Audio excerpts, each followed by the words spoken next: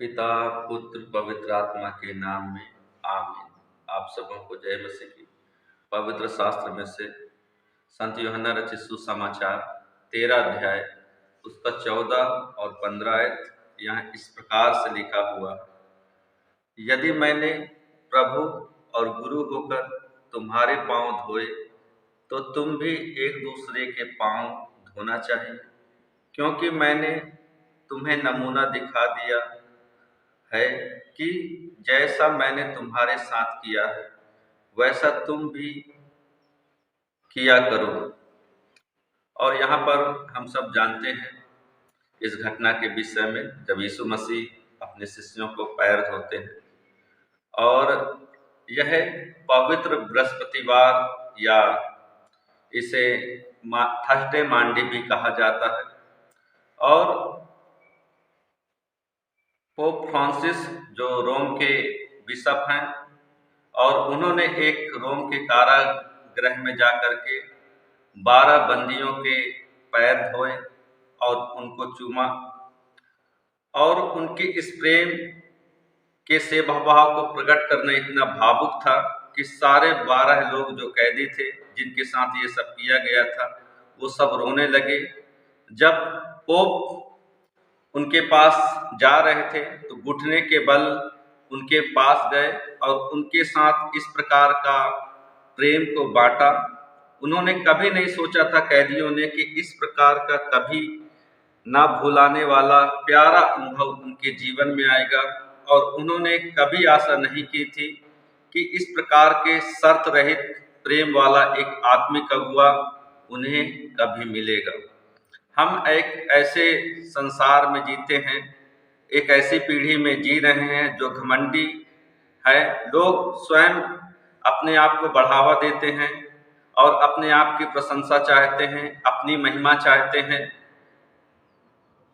यह आजकल का प्रचलन है और चलन है। एक दिन व्यक्ति को आज के समय में कमजोर या मूर्ख या बेवकूफ समझा जाता है, परंतु संसार नहीं जानता कि इस दीनता में ही सच्चा चरित्र छिपा हुआ है। वह तो और भी अनुग्रह देता है। इस प्रकार परमेश्वर के वचन में लिखा है, परमेश्वर अभिमानियों का विरोध करता है परंतु दीनों पर अनुग्रह करता है। और जबकि आज हम पवित्र बृहस्पतिवार या थर्सडे मांडी के रूप में मनाते हैं। मांडी एक लैटिन शब्द है जो मैंडाटुम से आता है और इसका अर्थ है आज्ञाएं, सर्वोच्च परमेश्वर की आज्ञाएं जो उन्होंने दिया। और हम सब जानते हैं कि यीशु मसीह की शिक्षा को यह रेखांकित करता है कि जिसे उसने अंतिम भोजन से पहले अपने चेलों के साथ बांटा था। और यूहन्ना का सुसमाचार उसका 13 अध्याय जब हम पढ़ेंगे तो ये घटना के विषय में हमें उसमें मिलेगा। उस यादगार रात उसने पहले चेलों के पैर धोए, फिर तौलिए से उन्हें साफ किया और चेलों को कहा, जैसा मैंने तुम्हारे साथ किया है वैसा तुम भी करो, एक दूसरे से प्रेम करो। हम सब इस नमूने को, इस आदर्श को देखते हैं कि प्रभु यीशु मसीह जान रहे थे कि अब कुछ ही समय उनके जीवन का बचा हुआ है, और जो यीशु मसीह अपने शिष्यों को सिखाना चाह रहे थे उन्होंने न केवल अपने शब्दों से परंतु अपने उन कार्यों के द्वारा सिखाया कि आगे चेलों को किस प्रकार से एक दूसरे के साथ करना है। एक क्षण हम सब कल्पना करें या सोचें कि इस जगत का सृष्टिकर्ता प्रभु यीशु मसीह सर्वपराक्रमी, सर्वव्यापी और सर्वज्ञानी कुछ मनुष्यों के पैरों की गंदगी धो रहा था, सिर्फ उन्हें यह सिखाने के लिए कि सेवा और प्रेम का क्या अर्थ है।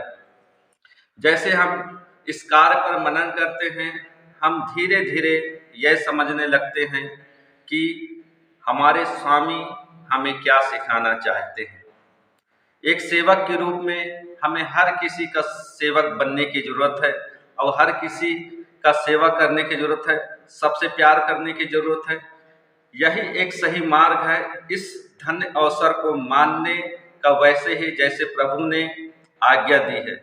प्रेम और सेवा एक ही सिक्के के दो पहलू हैं और एक जो है दूसरे के बिना उसका कोई भी अस्तित्व नहीं है। इसलिए यूहन्ना 13 अध्याय में हम देखते हैं कि मसीहत के दो उत्कृष्ट उदाहरणों को दिया गया है। अध्याय शुरू होता है सेवा से और अंत होता है उसके प्रेम से। हम जब इस उपवास, इस लेंट के समाप्ति के समय में हैं और कुछ ही दिन में 3 दिन में लेंट समाप्त होने जा रहा है, आइए हम एक नया जीवन की शुरुआत करें। एक ऐसा जीवन जो सेवा और प्रेम करने में विश्वास रखता हो। हम प्रतिज्ञा लें कि हम जरूरतमंद और सामर्थ्यहीन व्यक्तियों की सेवा करेंगे और परमेश्वर के सेवक बने जो सेवा करने के लिए हमें बुलाए गए हैं।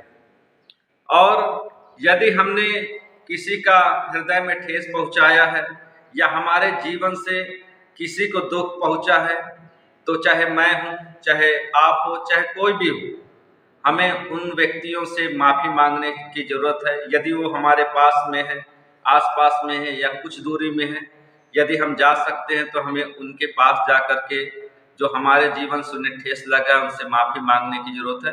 और यदि वो दूर हैं तो हमें डिजिटल माध्यम से, चाहे व्हाट्सएप, फेसबुक या और ईमेल और जितना अलग अलग संसाधने हैं इलेक्ट्रॉनिक मीडिया के द्वारा, हमें उनसे माफ़ करने की ज़रूरत है।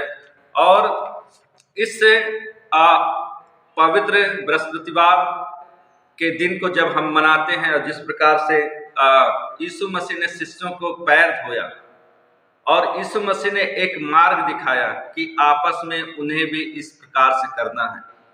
और हम इस संसार में संसार के सदृश ना चलें जो अपनी महिमा चाहते हैं, अपनी प्रशंसा चाहते हैं, अपनी बड़ाई चाहते हैं, अपने आप को बड़ा बनाते हैं, परंतु हम इस संसार में रहते हुए भी यीशु मसीह के आदर्शों का, उनके आज्ञाओं का पालन करें और हम एक सेवक के रूप में अपना जीवन व्यतीत करें। हमारे आसपास जो हैं छोटे लोग हैं, हमें उनके साथ आदर भाव देखना चाहिए, आदर भाव के साथ व्यवहार करना चाहिए।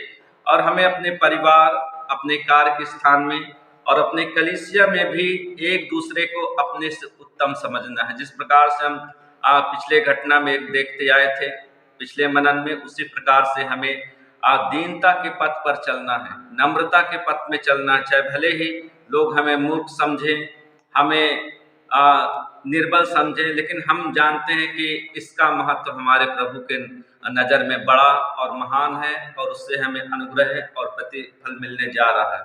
इस वचन को सुनने के लिए आप सबको धन्यवाद। जय मसीह की।